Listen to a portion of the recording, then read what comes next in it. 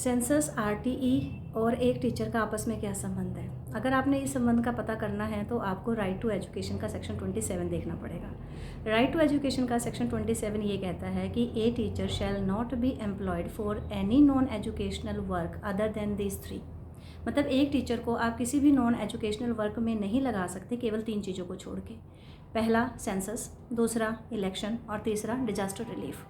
Census और election तो समझ में आ गया, ये अर्जेंट ड्यूटी में आता है, तो इसीलिए कहते हैं कि सेंसस और इलेक्शन की ड्यूटी आप नहीं कटवा सकते, आप उससे एग्जम्प्ट नहीं हो सकते, और ये कंपलसरी भी किया हुआ है टीचर्स के लिए। डिजास्टर रिलीफ में जैसे हमने कोविड-19 की ड्यूटी दी थी तो ठीक है, वो भी समझ में आता है, क्योंकि डिजास्टर रिलीफ का मतलब होता है कि आपको एक इमीडिएट हेल्प देनी है टू सेव द प्रॉपर्टी और टू सेव द लाइफ। और ठीक है, बट परिवार पहचान पत्र, नशा मुक्ति अभियान, खुले में शौच मुक्त अभियान, ODF कैंपेन, मतलब दुनिया भर के ढेर सारे जिसमें टीचर्स की ड्यूटी लगती है, तो वो समझ में नहीं आता कि वो सेंसस और इलेक्शन तो है नहीं, पर वो डिज़ास्टर रिलीफ में भी नहीं आते, क्योंकि डिज़ास्टर रिलीफ में तो आपको इमीडिएट हेल्प देनी पड़ती है, आपको अर्जेंट रिलीफ कैंपेन जो है वो होते हैं, उसकी रिक्वायरमेंट ही यही है कि इमीडिएट हेल्प आपको करनी पड़ती है।